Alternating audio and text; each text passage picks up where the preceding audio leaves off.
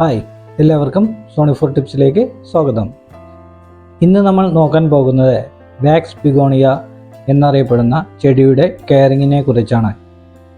പല നിറങ്ങളിലും വർണ്ണങ്ങളിലും കാണപ്പെടുന്ന ഇതിൻ്റെ പൂക്കളും ഇലകളും കാണാൻ വളരെ മനോഹരമാണ്. പല നിറങ്ങളിൽ പൂക്കളും ഇലകളുമുള്ള വാക്സ് ബിഗോണിയകൾ ഉണ്ട്. അതുപോലെ തന്നെ വാക്സ് ബിഗോണിയകൾ പല പേരിലും അറിയപ്പെടുന്നുണ്ട്. അത്യാവശ്യം കെയറിങ് ആവശ്യമുള്ള ഒരു ചെടിയാണ്. ഇവയെ നമുക്ക് ഹാങ്ങിങ് പ്ലാന്റായും ചട്ടിയിലും വെച്ച് പിടിപ്പിക്കാം.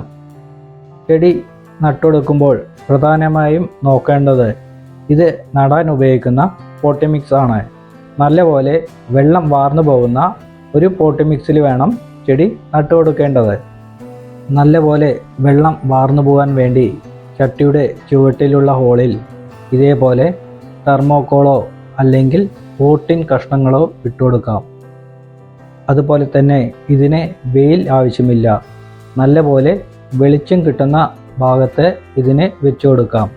രാവിലെയുള്ള വെയിൽ, അതായത് 7-8 മണി വരെയുള്ള വെയിൽ കിട്ടുന്ന ഭാഗത്താണെങ്കിൽ നല്ലതായിരിക്കും. അതുപോലെ തന്നെ നോക്കേണ്ട ഒരു കാര്യമാണ് ചെടി നനച്ചു കൊടുക്കേണ്ട രീതി. ഈ ചെടിക്ക് എപ്പോഴും ഒരു ചെറിയ ഈർപ്പം നിലനിർത്തുകയും എന്നാൽ വെള്ളം കൂടിപ്പോകാനും പാടില്ല. വെള്ളം ഒഴിച്ചു കൊടുക്കുമ്പോൾ ചെടിയുടെ മേൽമണ്ണ് ഉണങ്ങിയതിന് ശേഷം മാത്രം നനച്ചു കൊടുത്താൽ മതിയാവും. വെള്ളം ഒരിക്കലും കെട്ടിക്കിടക്കരുത്. അതിനായി നല്ലപോലെ നീർവാഴ്ചയുള്ള ഒരു പോട്ടി മിക്സ് ഉപയോഗിക്കാം. പോട്ടി മിക്സായി നമുക്ക് മണ്ണ്, മണൽ, ചകിരിച്ചോറ്, ചാണകപ്പൊടി, കമ്പോസ്റ്റ് എന്നിവ ഉപയോഗിക്കാം. അതുപോലെ തന്നെ ചെടി നട്ടുകൊടുത്ത ശേഷം അധികം വളപ്രയോഗങ്ങൾ ഒന്നും ആവശ്യമില്ല. ചെടിയുടെ വളർച്ച സമയത്ത് മാത്രം ചെറിയ തോതിൽ ചാണകപ്പൊടി ഇട്ടുകൊടുക്കാം. കുറ്റിച്ചെടിയായി നിലനിർത്താൻ തണ്ടിൻ്റെ അഗ്രഭാഗം നുള്ളി കൊടുക്കാം. നേരിട്ട് വെയിൽ കിട്ടുന്ന ഭാഗത്ത് ചെടി വെച്ചാൽ ഇലകൾ കരിഞ്ഞു പോകാൻ സാധ്യതയുണ്ട്. നനയ്ക്കുന്നതിന് മുമ്പ് എല്ലായ്പ്പോഴും മേൽമണ്ണ് ഉണങ്ങാൻ അനുവദിച്ചതിന് ശേഷം നനച്ചു കൊടുക്കുക.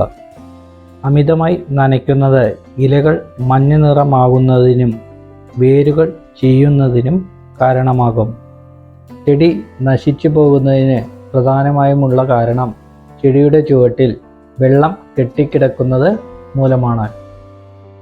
ഇലന്തി, ഇലപ്പേനുകൾ, ഒച്ചുകൾ തുടങ്ങിയ കീടങ്ങളാണ് ബിഗോണിയകൾക്ക് ദോഷം വരുത്താൻ ഏറ്റവും സാധ്യതയുള്ളത്.